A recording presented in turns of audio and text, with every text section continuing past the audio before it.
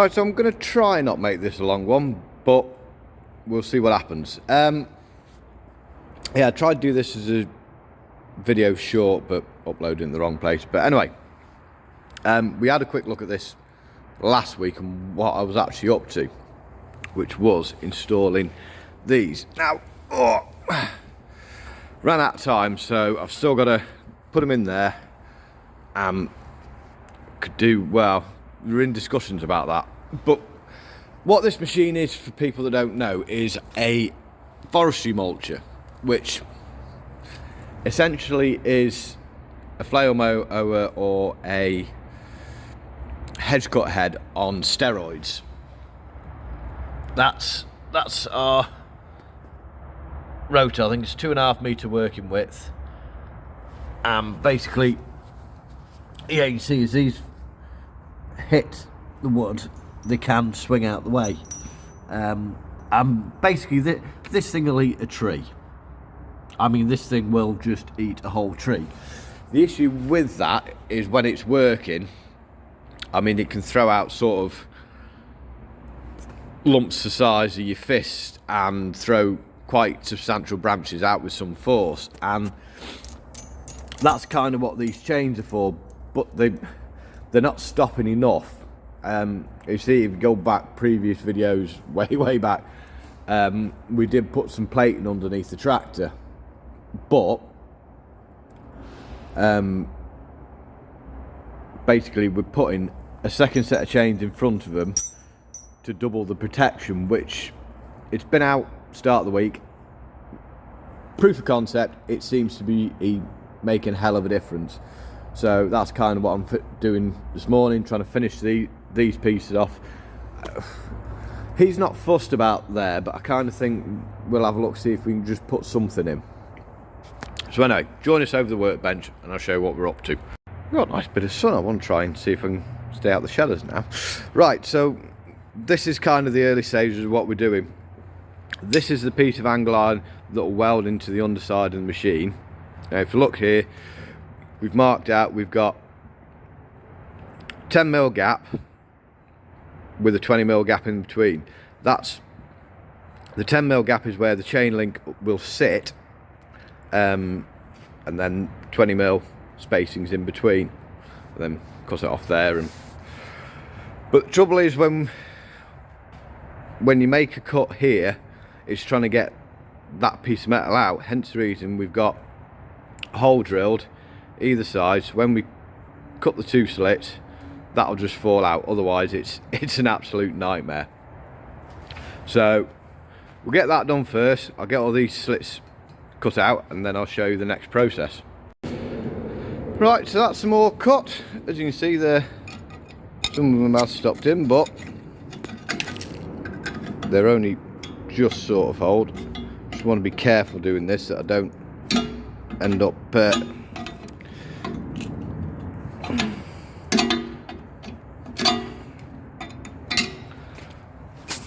because we've taken a lot of the structure out of this now as it is. I've got to be careful I don't end up warping it here.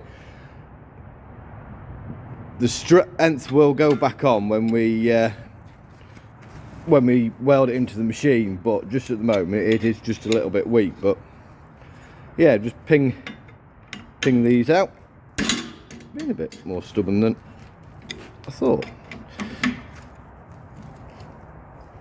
Yeah. Right, so anyway, we'll get these pinged out and then we can start on the next adventure.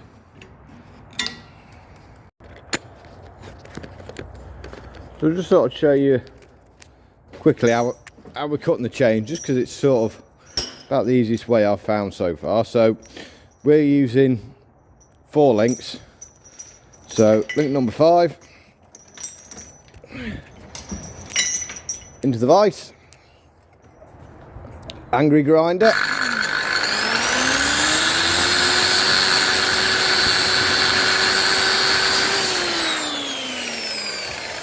cut the link through,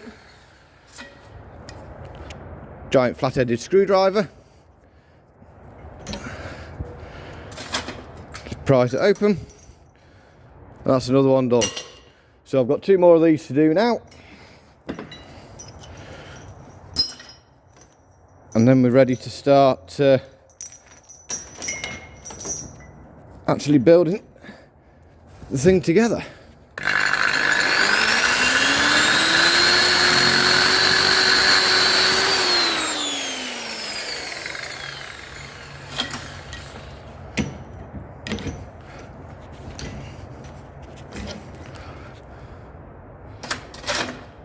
Just like that. Right. I'm throwing stuff all over the floor now. Stay. Stay. Good WD. Right, so we've got all the component parts ready now. It's just a case of assembling them and get them on. So these are the pieces that will be welded. That was a silly thing, putting it in the oil. Those will be welded to the underside of the mulcher. Then we've got the bars here that go in the back here and hold the chains in that go through the gaps. So I'll get one assembled now.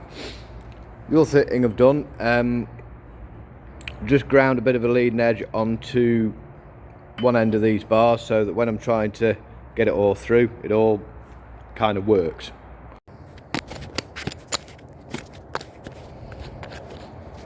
Why don't you go in there now? Go on, I went in before. There we go. Right, so I thought I might as well just show you the assembly process. So, on the short bar for this one. It's quite simple.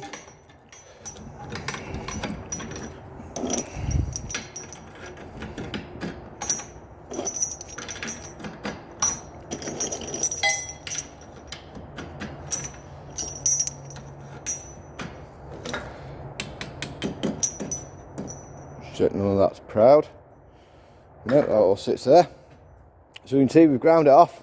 These actually are a bit looser than the other ones we did. The other ones just took a bit of a tap, but it doesn't matter. At the end of the day, all that is what holds it in. It doesn't matter if they're loose or tight; they'll sort themselves out. You can see, I don't know if you can see down there, ground those corners off just so we get a nice fit up when it goes in. Because on that edge there's some welds, so that'll just when it sits up there, it'll sit up there just nicely, and we can get a good solid seam weld around it. So that's one done. Get the other one done, and it won't be long before we're welding them on. So we've got them just tacked into position now.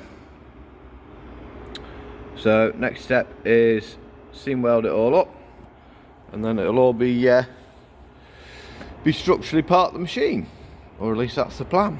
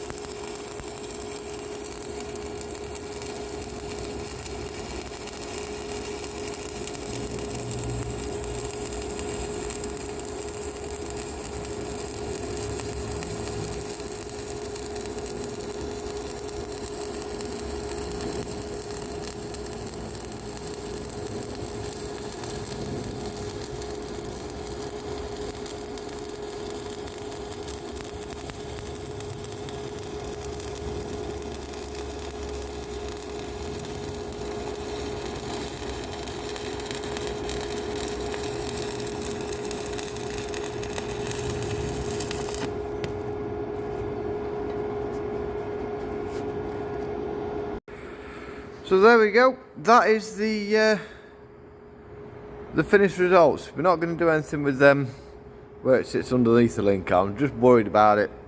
If you put something in there, you could be sort of getting in the way of trying to hook the machine up. So we'll leave it like that for the moment, see how it goes on. If we think it needs those 2 little gaps filling up, we can always do it another day. We've got enough material left to do it, but that certainly should help things. So right, I've got other projects to get on with, but that is that done. So that's this video done. So thank you very much for watching. Don't forget to give it a grubby thumbs up and all that lot. Hope everyone's doing well and staying safe and looking after themselves and each other, and we'll see you on Saturday. We've got a bit of a special one coming up.